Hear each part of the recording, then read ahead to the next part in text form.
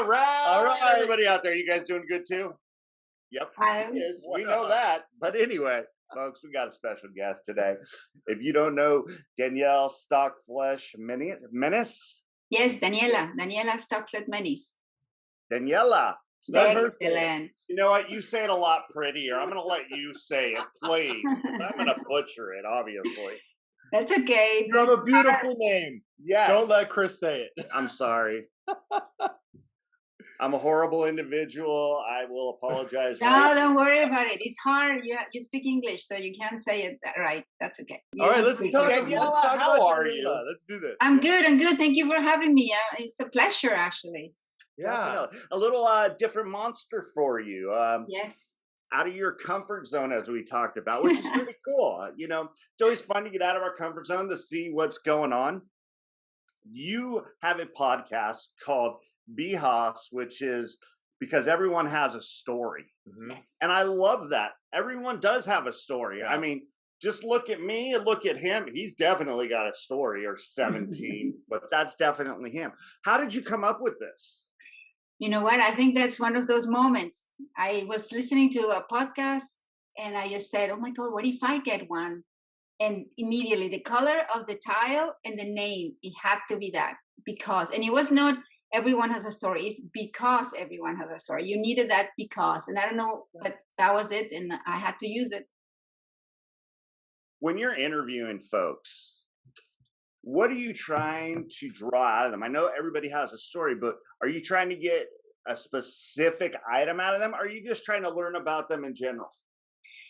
Yes, I listen to their story. I always ask, when does your story start? And that is when it flows. And then we ask questions and have a conversation. And to me, it's more that everybody's experience will be one way or another. People could relate, connect, get inspired, or learn to be more compassionate. And that's what's happening to me with all these stories that I wouldn't have met you guys otherwise, right? True. Now, Daniela, I gotta ask, since I speak English and not your beautiful language, excuse me, and I butchered your name, I gotta know, where did you come from? Well, usually came from my husband would tell me that from my mother's eggs and my husband's balls. My husband would tell me that from my mother's eggs and my husband's balls. Oh, yes. I love that. Where do I come from? That was a hard question. That was good. Mic drop. That's all I gotta say. See, I'm funny, right? I'm funny. I In know. her father's eye one night. Yep, that's right. There might have been mas tequila. Mas tequila. Yes. So what you really want to know is where I was raised. So and where I was born. I was born in Spain, Barcelona, and grew up in Venezuela. Barcelona, by the way. Grew up in Venezuela. You know where that is? Where? Venezuela. Oh, Venezuela. No. Venezuela. I'm sorry. I thought I heard Barcelona. I'm like. No. I was born in Barcelona. Oh, okay. Barcelona. Yeah. Okay. So the audio's delayed, so you got to wait for it. I don't know how to wait for things. Can you tell? She's like her dad and mom. Yeah, exactly. Oh, man. Let me ask. You're off. Let me take care of this. You go off. I'm going. Get out of here. No, don't go, Chris. Oh, man. By being fascinated, like I've always been interested in interviewing people. It grew in me, but I've always been a person that's been like a people watcher. I like to sit in the middle of a busy area and see people go by and just watch. Are you that same type? Yes. I used to do that. Where a lot of it came from? Yes, I used to do that when I was younger with my best friend from high school. We had this place, this cafe in Caracas, Venezuela, Chris. It's a South American country, and then I used to we would just sit in the cafes and watch people pass by, and it was just awesome. I love that. It's amazing. I mean, I could do that. Sometimes I find myself accidentally doing it when I'm with somebody. I'm like, with the person, I'm like, just let's stop and watch people because this is amazing. Sometimes you're seeing so many wacky things at one time. But then you always want to get to the story. So that's where a lot of this came from. Yeah. But I'm also into comedy. You know, I really I love to laugh. He is funny looking too. That is true. But then I started learning that there's so much deeper about people. And is that what you do? You really want to dive in, like you talked about that everyone has a story, right? You're diving in to find out, because a lot of people on the outside might not show that. You're trying to bring them out, correct? Yes, and it's always, for example, a lot of authors or coaches, they want to tell their story, but it is also because I feel like you know the book and you know the thing that they created, but you want to know what is the person behind, because there's more struggles or happiness or how hard it was. Is the To me, I wonder about the how, because everybody's like, oh, I made it. Yeah, but how was it? Because it's not as easy. I'm sure it was struggles, so the difficulties. So that part is, I'm always curious about the how. So in your time of interviewing, it may not be on your podcast, it may just be in life, but was there ever something that just shocked you when you were interviewing somebody brought something across you and you're like, whoa, like it was amazing, or it was like, whoa, that was too much? No, I don't think so. Oh, yes, I have to say there were two friends. Well, one friend, one new guest, that they had a personal story to tell about being abused, and that was very hard. It was very hard to listen, and then it was very hard to edit it, because it just, it was heavy. It was heavy. So I think those ones were the most difficult ones. I think we just started attacking something that's difficult right now, and we spun off into a very sports minded channel that's a little bit off, not what we're doing right now. But we got two channels now. We have two channels now, but we got into some mental health, and it's hard to bring up and it's hard to talk about, but I think it needs to be. So I see what you're saying. Like, you could get that shock of something, and then you start going, how do I help? How do I bring this out more when it needs to be talked about? Do you ever find that you need to do that? Or is there things that you feel that you need to interview to try and support what is you, as opposed to just trying to bring out the stories of other people? See how I segued that? That's pretty good. I know. Not bad. Because I didn't know where I was going until that last moment. Yeah. Thank God you're here. We wouldn't know what we'd be able to do if you weren't. But anyway. Well, I don't know if I forgot the question. The question ended up. She was laughing, and there was so much there that he didn't quite narrow it down. I went on a tangent, and I had to find a way back, and I found my way back. And the question of, yes, basically, is that, do you find that you're just interviewing people for their story, or do you feel that you're also looking for people for the needs of who you are? Oh, okay. Well, I don't know about my part, but I feel like I'm getting so many requests. I don't know if you are having the same issues. And it's difficult to say no, because every time I was thinking, oh no, another story of the same. For example, when I get to have the free conversation, I'm completely in love with a person, and I'm thinking, oh my God, I nearly say no. And I had two teenagers, 17 years old, and I interviewed them, and one of them was very grateful because he said that they actually don't, not many people want to interview 17-year-olds. And he was super smart, and he had a mental health story. And I was grateful for that. So I feel like I want them to be able to have a place to share their story. But to me also, I get to learn and be more open-minded and more compassionate. And so I think there is always a win-win opportunity. And I hope the people that listen also get that too. Yeah, we've found, kind of piggyback off of that, we've become really good friends with people that we've interviewed. Yeah, we have. That we've not only met some, yes, but we exchange happy birthdays and stuff now, or we're flying out to go see somebody next month that was a part of our stuff. How close do you get as an interviewer, where we don't know the boundary? we become friends with people. Do you keep a straight line on it, or do you also get to find that you actually connect with some of these people you interview? Well, you are going to be my friends, I hope. Absolutely. Yes. Well, my birthday is on Monday, so please. On Monday? Yeah, so remember. Oh, Yeah. Now that we're super good friends, you have to don't forget my birthday. Yes, Okay. no. All right. You know what? I don't. Sorry. Everybody out there, her birthday is Yes, August yes. 1st. She turns 21. That's Yes. right. We're partying. That's right. You know what? I find that it flows. Sometimes we hit it off, and it's just like, oh my god, I love this person. What a shame that we're not closer. We don't live closer. Other than that, some people, yeah, I think I always like everyone because I get excited about people really easily. But I also can read them very well. And I have gotten a few friends, yes, that I'm really excited about. It's just that we're far. I'm in Vancouver, Canada. So where are you? We're in Sacramento. Sacramento. My cousins are in Vancouver. Nice. Yeah. Oh, there you go. So you're going to come and visit.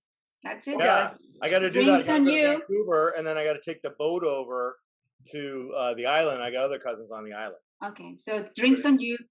Or Victoria. Yeah, Victoria, yeah. Yes. I don't think you heard me. I said drinks on you.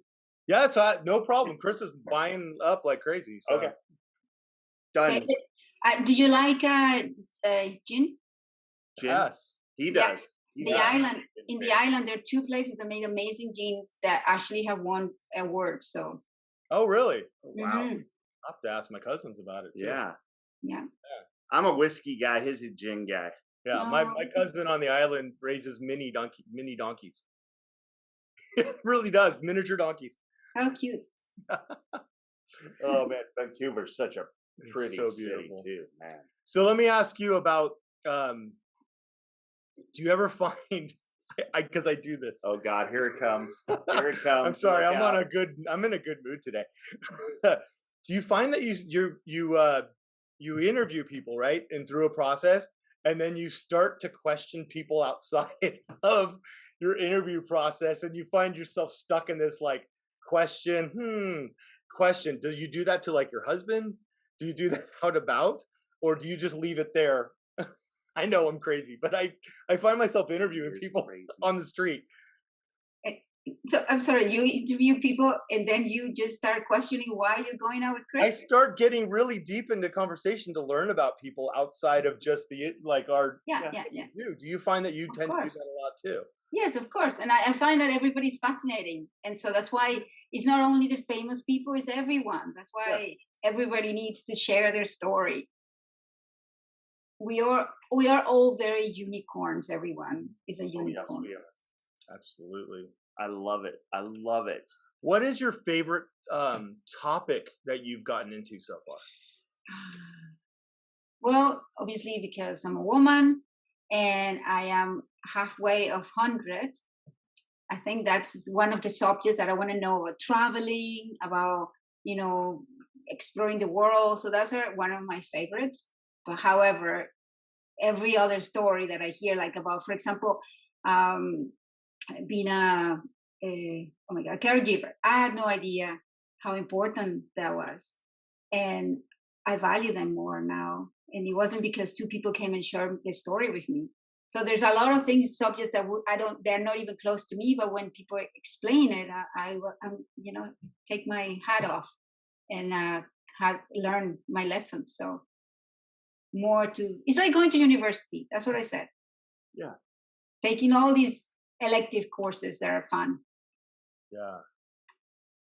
I like it. Take one trait that your dad gave you and one trait that your mom gave you. Yeah.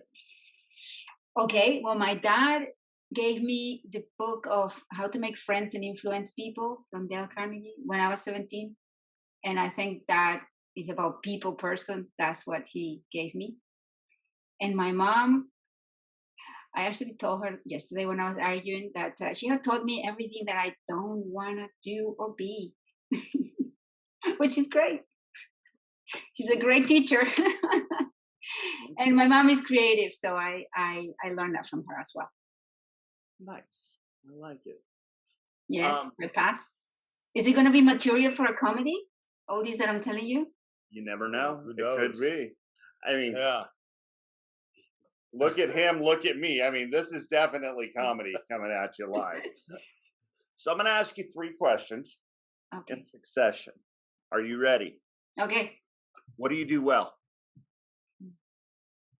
relating to people. Nice. What would you do differently? Actually, do more research on what really I could excel on. Nice. What do you think you need work on?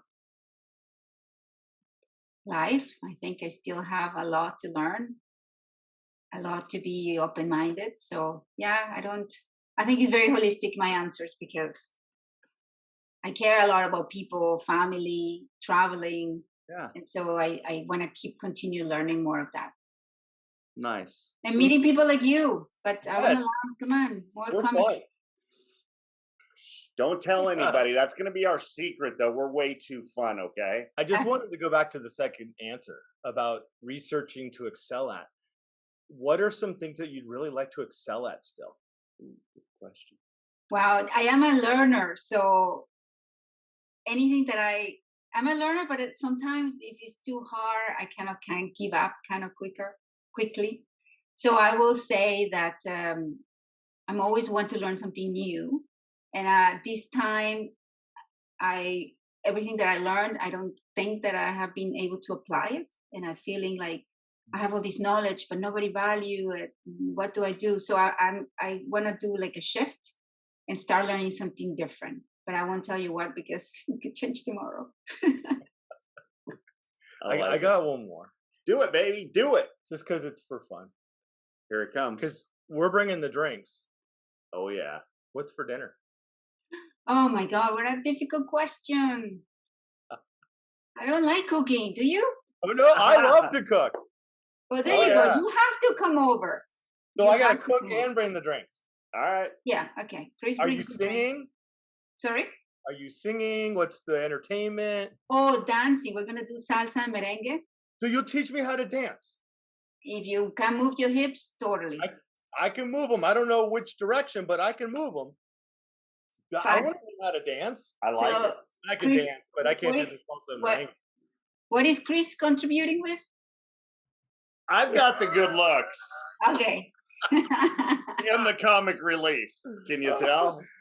No, I would love the salsa and merengue. I would absolutely. There you go. God, Okay, salsa and merengue in exchange for dinner. And what's for dinner? That's up to you. Maybe Chris writes the menu. Okay. Oh, he's Italian. He would. Oh yeah. Oh, mamma mia! Alfredo. Yeah, we could. It would be a 5-course meal. Yeah. With Are you Alfredo. okay with that? Alfredo in different forms. Hey! Not only that, a little steak, a little what else? Antipasto. Yeah, we got you. Well, I tell you what. I live 10 minutes away from the airport, so we pick you up.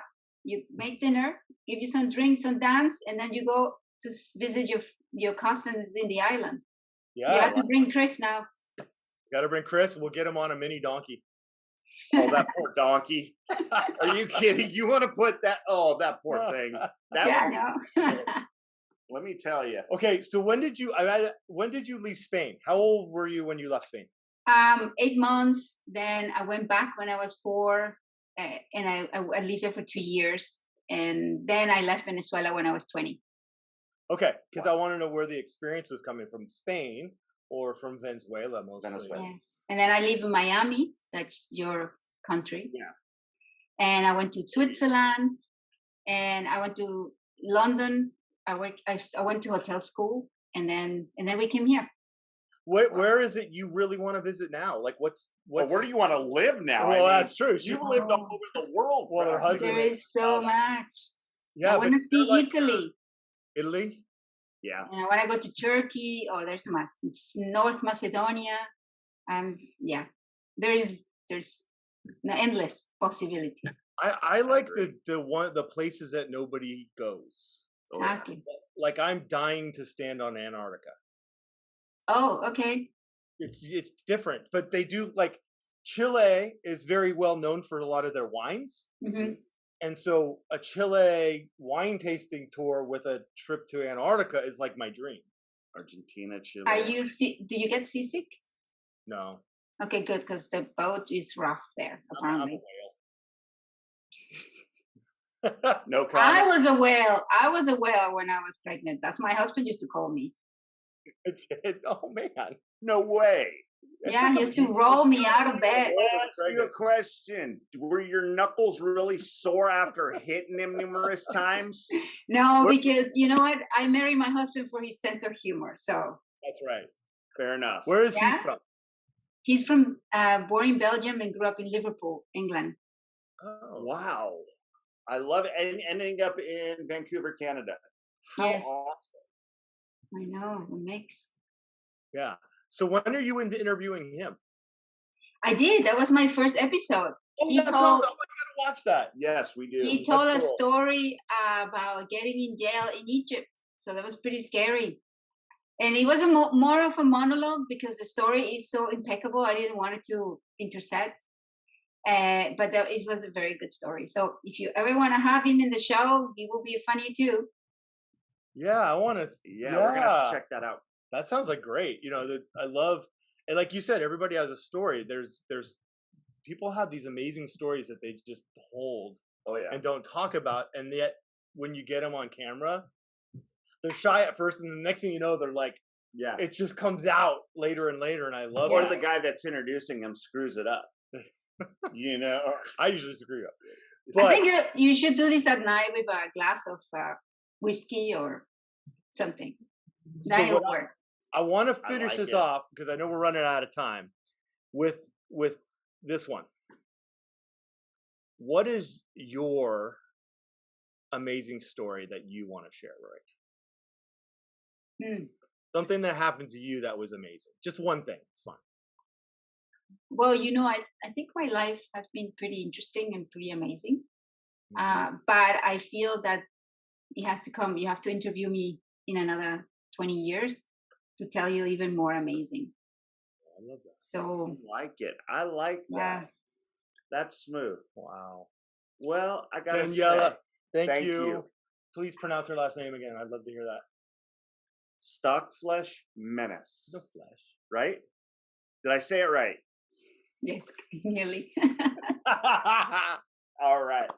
From all of us here at What Up with Rob and Chris to you guys have a great day and a better tomorrow. What Daniela, up? thank you so much. Thank you, Chris. Thank you, Rob. It was Definitely. nice.